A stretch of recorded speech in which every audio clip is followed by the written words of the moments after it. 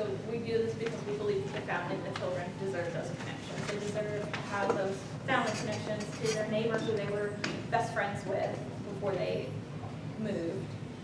We believe in it. And so the other key reason we're bringing this up again is that now funding is tied to it. And so that just makes it a little bit more important. Not that it wasn't important before. We've been doing this. This isn't something super new. But I'm going to go ahead and kind of explain the purpose of it. So our program, we're always running reports. We get money from grants, and we have to run reports to Texas CASA on different types of data. And so this is just kind of internally another thing we have to report on more systematically. And so this also emphasizes a little bit more importance on your contact logs. So I know you already know that those are important, but that is how we collect that data and send it off to the appropriate people for them to run all their calculations and do that stuff and say, okay, you've done what you need to do, here's your money, kind of a thing.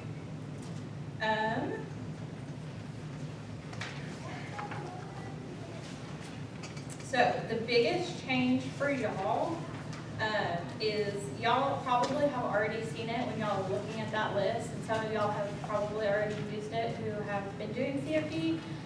But in the activity type, when you make a contact log, they have designated 4 different types of contacts that will qualify for CFP money to come down, the CFP activities. And so you have them listed. It's CFP family meeting, CFP tool completed, family child connections, and parent contact. Now I know y'all are doing parent contact unless your parents' rights are terminated and that's not applicable, then that isn't applicable. But y'all are already doing quarterly, if not more, parent contact. So that definitely isn't changing for you. But the next little bit is going to be, what does this mean for you? What does this change? And so on the next slide, not too much is changing for y'all. When you enter, when you do a CFP tool, you're still logging CFP tool completed as your activity type. So that part isn't changing. The biggest change is going to be logging CFP family meeting. And so the directions that I have gotten from Texas CASA is that what that means is 2 things. If we are doing CFP tools and we're working with CPS really heavily on CFP and we want to call a special meeting to go over more tools together with the family, then that would, we'd call that a CFP family meeting. And so that would be logged as a CFP family meeting. But the other way that you'll log it is y'all have what's called family group conferences, permanency conferences, those kind of meetings. Those also qualify. And so that's the big difference. So the key is, was family invited? Not did they show up, but were they invited? And the answer is pretty much always yes. I can't imagine that they're going to have a family group conference and not invite the parents to come talk about why they removed their children. And so when you're having those, if your family was invited, definitely if they show up, instead of saying case-related meeting of family child, you're going to select CFP family meeting as the activity type. That's the big change. So those FGCs, we can put in CFE? Yes, you'll put it as CFP family meeting because they typically incorporate CFE a little bit in that, in some of the way they ask questions and try and talk to them. And it's the goal and the heart of it was, were they invited? Because a lot of the heart of CFE and the connecting and the supporting is already being done even before they ever came up with CFE. It's just kind of being a little more targeted. And so they went back and forth a lot with, how do we decide what qualifies CFP? How do we decide who gets money for what activities? And so they had a lot of discussion with Texas CASA and the different programs, and this is what they kind of decided was the easiest for areas that kind of cover the different areas. Okay. For instance, FGCs originated in Casa. So FGCs are a CPS thing. They have their own facilitator, so the CPS, like, they're required to have a family group conference or attempt to have one. And they'll have that in the beginning and usually about halfway through the case. There's one FGCs originated in Texas Casa, but CFE originates in Texas Casa. Yes, it started as, I think Texas Cause kind of like spearheaded and took it and said, we have this really great idea, we're gonna partner with TSPS to implement it. And some areas, DFPS is better about partnering with different programs in different ways, and but it is an initiative that both CASA and CPS have agreed to, that is functional and would want to move forward with. Does that make sense in answer to that? But if we had like a September contact, for example, just be we don't go back in and change that to CFE. No, if you're talking like way old ones, no. Okay. Just going forward. Yeah. Okay. No, that would be a nightmare. I know, I just want to be clear about it. Yes, no, thank you. Especially because you said the word funding. Yes, no, so, this affects our funding going forward. Okay, so, the next little section, so you know that you see family child connections. Well, what the heck does that mean? Well, let me tell you. It means. But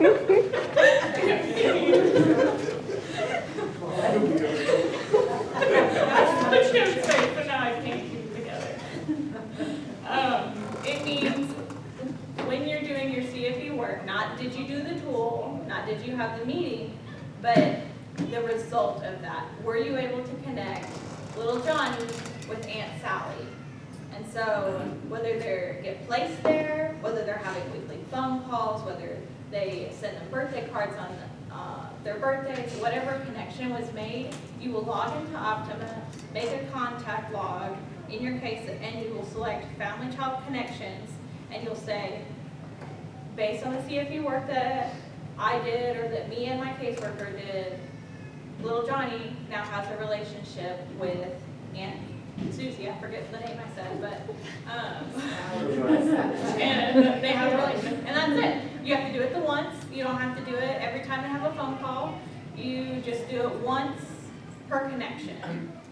And so, if you connect them with Aunt Sally, and then grandma on dad's side, and then their old neighbor, now they get to go visit on weekends, to visit their best friend, those you'll enter individually. And so Texas Cost basically, when we run our reports and turn them in, they say, oh, you had 10 child family connections. And they put it into their little calculations, and then they award us money based on it. Now, I can't tell you their percentages and all that math stuff, but I do know, I can't explain what we need to do on our end. Can I add one little thing? So Catherine has asked a really good question. She said, oh, dang, can we go back and enter that stuff that has already happened? So when we get to the end of this fiscal year, which is in August, is where our fiscal year ends, they will be assessing the last 7 quarters of activity. So that means back to September will get us to 4 quarters, and then 9 months back from September 1st. So if this happened 2 months ago, if you made a child family connection using CFE tools, or you've been using tools and you forgot to log it, now would be a really good time that you can go back retroactively and account for those activities so that it's part of that funding formula. That's not going to matter for our reports we've already submitted, but it will matter down the road when they're looking at potentially funding based on CFE activities. Just make sure you actually change the date, though, Yeah, put the right date. the back date. Oh, yeah. The correct date that we have purchased. Yeah, back date. Well, no, I mean, we'll be going into the old record and then just re-identifying the, and maybe adding a little language there. Okay. Yeah, I see where it works. But the tool, like, for example, because I'm hearing that I might be able to use this for example. We had over at CPS, I'm in a case with a lot of parents, a lot of players. She let me know one of the dads was coming in. Would I like to participate? Go in, talk about some of the issues, why kid doesn't really want to see dad, all that kind of stuff. And we hashed it out and talked with dad about writing a letter to, and this is a little bit of an older kid. So, my job, my next job, which will be, I guess, another entry, will be to kind of ask this kiddo to be receptive to the letter. We're trying to smooth the way to that. So, and that would be CFE, is that correct? Yes. It's So- not a house or a, a tree or a, it's, you know what I mean? Yes. Because I gotta tell you, I'm trying to imagine myself sitting down with this 12-year-old and saying, okay. I'm just not, I'm seeing it be more subtle. Yes, you are actively in your roles of CASA, having conversations and working to get these people connected. And so that is, if it works out and you're going to have letters exchanged, then that is a connection. Yes, Okay. yes. Can you give me an example of how I could use CFB in my case when both parents are terminated and my child's with kinship care? And he's been there since he's been an infant, so he knows no one else. How can I do that? So I would suggest, well, one, I don't know how old your child is now. 5, I've had him 5 years. Okay, that's why I thought you were a lot older now. There are tools that you can use with him that you just kind of change some of the language, like circles of trust, or you can say like, okay, well, who cares about you? Who loves you? Okay, well, who do you go to when you're scared about something, and tell me that. And then they kind of, in the circles, you kind of place them, and it kind of tells you, like, here's what I think this child's support system is, and this is what this child is telling me their support system is. And are those different? Are there people in here that I have no idea about that I need to talk to, and then I get to know and understand? Okay. And then there are tools that you can use with kind of that same So idea. like a teacher at this point, or something, is that what you're telling me, or? Potentially, Okay. I mean, you would have to do the tool to find out if there is I see. anybody that you don't know, but that kind of same applies to the caregivers. You can use tools with caregivers, with children, with parents, and kind of see like, Okay, Is because I there- had thought CFB did not apply in that case, but I'm trying to figure out why. yeah. In some cases, it's not gonna be maybe as heavily needed. And sometimes they have no support. Because he Can't didn't make leave anybody support. behind, we got him as an infant, so. Yeah, so, yeah, some people, there just will be a lot more opportunity given the status of their case, especially when you have a newer case. There's a lot of opportunity, but, oh, yes, sorry. So I was doing some of this, my supervisor recommended and did quite a bit of it actually, and they were only comfortable, my foster kiddo was only comfortable with, he listed as now family members as CASA staff. And that told me a whole lot, but then one teacher was also on there, who was very happy to say those things and elaborated on that. Especially my supervisor and her companion, it was wonderful to hear, but on the same token, we elaborated a lot on it, but, I mean, does that count? Yeah. Okay, Yeah. because he was very relieved and listed specifics. I was like, well, that's Yeah, I mean, it sounds like you did the tool, you maybe just didn't have the piece of paper to write it on in the form of the tool. And so, as y'all like think, am I doing this? Am I doing this? Like, okay, what does this tool mean? I can pretty much guarantee that y'all have probably been using tools and not even using it in like the formatted, structured way. And that's kind of the beauty of CFP tools, that you can kind of manipulate them and do them kind of in a little bit different way to fits with your child's age development, the person you're talking to, whether it's a child or a parent. But any other questions about CFP? Where do I get those tools? Funny you should ask. We're gonna go into in-service stuff very soon if we don't have any other questions. Okay. On your next little handout, we're gonna look at in-service reminders. And this one's gonna be pretty brief.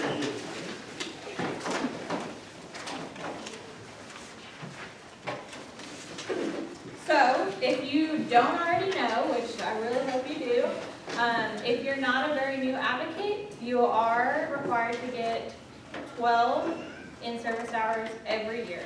And by year, I mean January 1st to December 31st. If you are a new advocate and you come in later in the year, like you're in within your first year, then your hours are prorated, and if you have questions on what that is, you can ask your supervisor or me what your specific hour requirement is. Companions, you are required annually to have 6 hours, and then the same thing applies. If you were a new companion and you came in like halfway through, your hours are prorated based on when you came in. And you'll already know, because I told you earlier, we are all required to have a DEI training, and check, we did that today, so that is good. So the other question that we've kind of gotten or heard a lot is, who approves my training logs? And so that is a two-part answer. If you are an advocate, when you go in at Optima and you log your training log, it goes to your supervisor, just like your case contact logs do. If you are a companion, because y'all don't have Optima access, you email me. And I keep your records in my own little Excel sheet. And if you have questions about your hours, then you come to me and I can tell you, I have not received any of your hours, I need you to send me what you do have. And you just do that the same way y'all always have. I attended mandatory in-service, it was from this time to this time, I learned this, we covered these topics.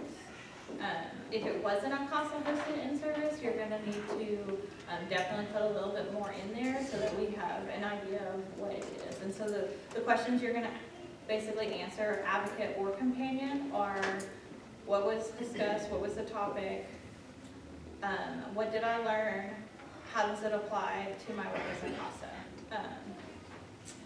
So, any questions about that so far? Okay. The other question is, or kind of confusion is, in some of the transition, when I became program director and with Janet has the training title, it is not part of my job to ensure that we are all meeting that requirement of continuing education. And so me and the advocacy team will be sending reminders here very shortly. So you have 6 of your 12 hours, you have completed all your hours, you have 0 hours, please log them. And then if you are like, oh, I don't know where to get my resources, let me ask. You don't need to go to Janet, you can, but the resources, like the little library, those kind of get checked out. I'm in charge of managing that, and so if you check a book out, your supervisor can check it out to you, but if you keep it too long, you'll probably get a call from me to say, hey, where's that book? Have you read it? Do you want to return it? And so stuff like that. If you don't already know, we have a resource library. We have DVDs, we have books, we have lots of CFE material. Janet has these little cards that she's going to pass out. These are just one thing that we have in our resource library that some of you might not realize. If you have a teenager on your case, go ahead and take one. There's these nifty little phone numbers for like hotlines for help and crisis and suicidal issues that you can give to your teens. And so come check out the resource room. You can come ask me about it. You can just drop it into the office and we'll say here it is, and if what you're looking for, or I'm looking for something on a specific topic, okay, well, I think this book would be really good, or this resource here. And so that is always available to y'all. A reminder that you can only get a max of 4 hours counted for your 12 hours of in-service. So you can read 10 books if you want, but when we're totaling your 12 required hours, only 4 of those hours are going to count towards that 12, if that makes sense. 4 from a book. 4 from a book. What about movies? Don't remember the movie one off the top of my head. I don't think there's a specific standard against movies, but I would say we would probably apply the same rule as books. Yes. And then Don't get all 12 of your hours Right. from movies. and then you can get a max of 3 hours from going and watching court. So if you just want to sit around and watch court with Kat or Rosa one day and kind of just see other issues and cases and what's going on in other cases and kind of learn maybe from that, you can do that, but you can only claim 3 hours of your 12-hour minimum, if that makes sense. One last thing before I get to like some of the fun stuff is that I and the advocacy team, but primarily me, we plan out different in-services for y'all throughout the year. And so I'm working with Kat and Rosa to plan topics that we think that y'all like and that we think that y'all need to know. So things about like kinship or drug testing. But it would be really helpful if y'all would tell us what you think we need to plan for y'all. Y'all know y'all's cases, y'all know what y'all know, and y'all know what you don't know. And so if you feel like you need more training on a specific area, let us know so that we can help achieve that for y'all. And then I have some exciting news. I ran a report this morning of everyone's current logged and approved training hours. And I am happy to report that 9 people have already completed their minimum 12 hours required. And so we have a little prize to say thank you. And so just raise your hand or stand up whenever I call you out. And Kat and Janet will let you pick. You'll pick a color of your choice, sunglasses and band. These are our new promo items. So hopefully you don't have them yet. Bridget Allen. Woo! Diana Pelham. Who's not So we here. have the next training. I do want to take a minute to say that Bridget and Diana had the most hours at 17.25 already logged. Can we borrow Bridget?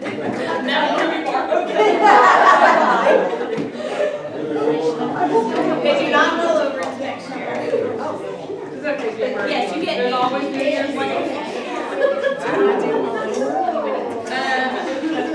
annual party. There is also Donna DeFortis. Next training. Next training. Lois Livingston has already completed her hours. Joanne Purcell. Good job. Dave Hopper.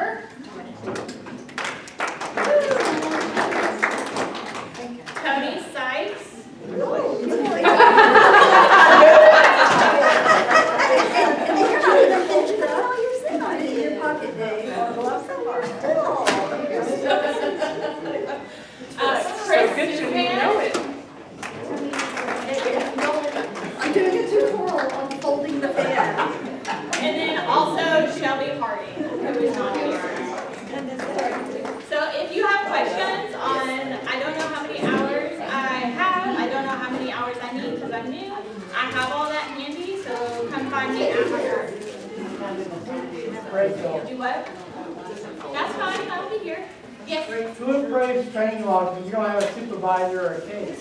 you do have a supervisor in the meantime, and she will be approving your logs. If you get a case Because I got with several Pat, it training will, logs in there. they should have just been approved. She approved some more of them yesterday, but she's been out, her child was sick pretty bad, so, she's been out most of this week. This week, yeah, all of this week and half of last week, so. Yeah, she is, yeah, so, I'm gonna turn it back over to Kim.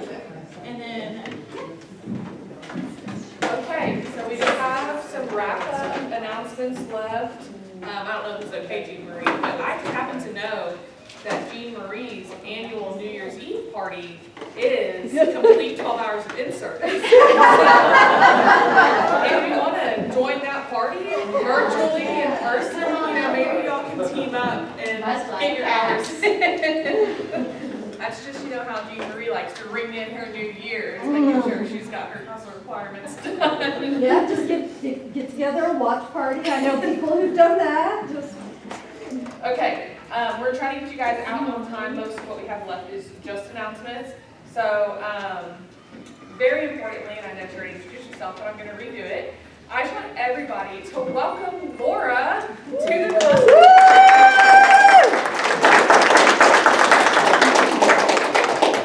So Laura shared with you guys that she is our new development director as of yesterday. So this is a new position to CASA, and when I say development director, that probably, development director, that primarily means fund development. So Laura's going to be taking over the events that we have been doing, developing new events for us to be doing to raise funds, creating opportunities for other people within the community to engage with our organization as donors and sponsors. And so she is wonderful, and we are so excited to have her, and she's going to be great. You can always say it because it's going to be something really positive and encouraging. What? When have I ever been positive? Who took Emily's responsibility? So Emily was the executive assistant, and her job really kind of got taken apart. All of the financial and administrative pieces came back into my role, and there are some fund development and donor pieces that are getting shifted over into Laura's role to make room for that. So for the most part, I'm now Emily and Kimberly, but Laura gets to take a little bit of my role too. So it'll be a transition for us, but we are really excited. As y'all know, we moved into our new building last year, and so that has just created some new expenses and also some new opportunities. And so we're just trying to get those things to merge together and make sure that we are financially healthy and stable and set up for growth so that we can grow into our new building, building committees and programs and all the things that we wanted to do for all of our kids and didn't maybe have the space to do it before. So Laura is here to help us with that. We're super excited.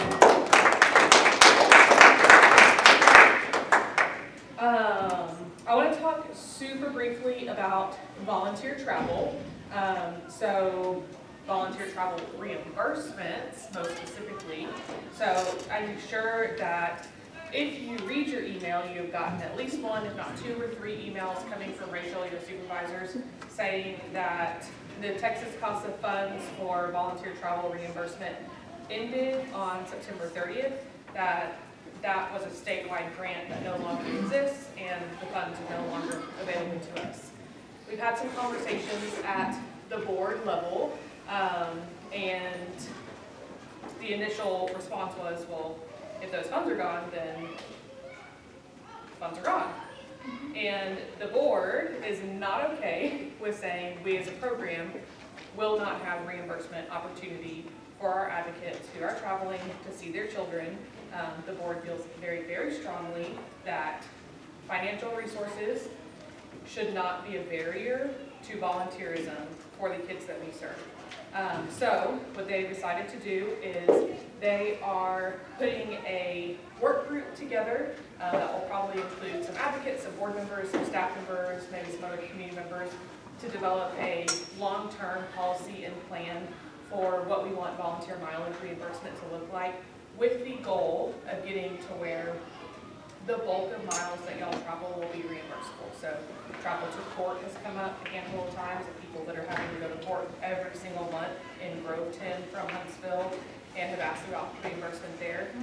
So they're working on maybe creating a staged plan for us to get back to reimbursing. But in the meantime, they have decided that we are going to adopt the Texas CASA policy. So the guidelines and policies of the grant that we've been under with Texas CASA, that we are going to reimburse under those same guidelines with the caveat that we are being very transparent with you guys, and so this is me just telling you very honestly, that this is the board saying, we believe very strongly that financial resources should not be a barrier to advocacy, and if it's going to be a barrier to you, then we want you to come and talk to us about it and let us reimburse you for those child visits and making sure that our kids are staying well connected. If it is not a need for you, give us a little bit of time is the request. We're working through fundraising pieces, getting our budget restabilized with the new building. And so if you don't need the funds, we're requesting that you don't request them for now. But if you need the funds, do not let financial resources keep you from seeing your kids. We have some kids, Park Carols, that are over 300 miles away. We need to go see those kids, and mileage reimbursement should not be what stops us from going to see them. So talk to us, talk to your supervisors, let us work out a plan with you while we continue behind the scenes to work out what that long-term plan is going to look like for volunteer travel. And when I say volunteer travel, that's all the things that were included in Texas CASA that Mark Carroll, in a case like hers, lodging would be necessary. She's not going to drive 300 miles and come right back. And so just talk to us as a staff and let us work through that with you to make sure that your kids are still being seen as they need to and you have the resources available to make that happen. Other smaller things, next door-ish to our office, there's a new business coming in. Y'all have probably seen it under construction. So the name of the business is Parachute, and it is a plasma donation, blood and plasma donation center that is, I guess there was a car wash behind HEB, between us and HEB. So I'm telling you about them to say that we have come to an agreement with them that they are leasing the parking spaces on the back side of our property. So as of November 1st, those 15 parking spaces that are on the backwoods side of the CASA office will be theirs to lease. So as much as we can, we will be avoiding using those spaces, keeping them open. They've built their building without enough parking for their staff and clients. And so CASA is just, I guess, reaping the reward of the financial reward of their lack of planning. So we have plenty of parking. I don't think I've ever seen one of our people, other than myself, park in one of those spots. So it shouldn't be a problem, but I want y'all to know that those will be their parking spaces.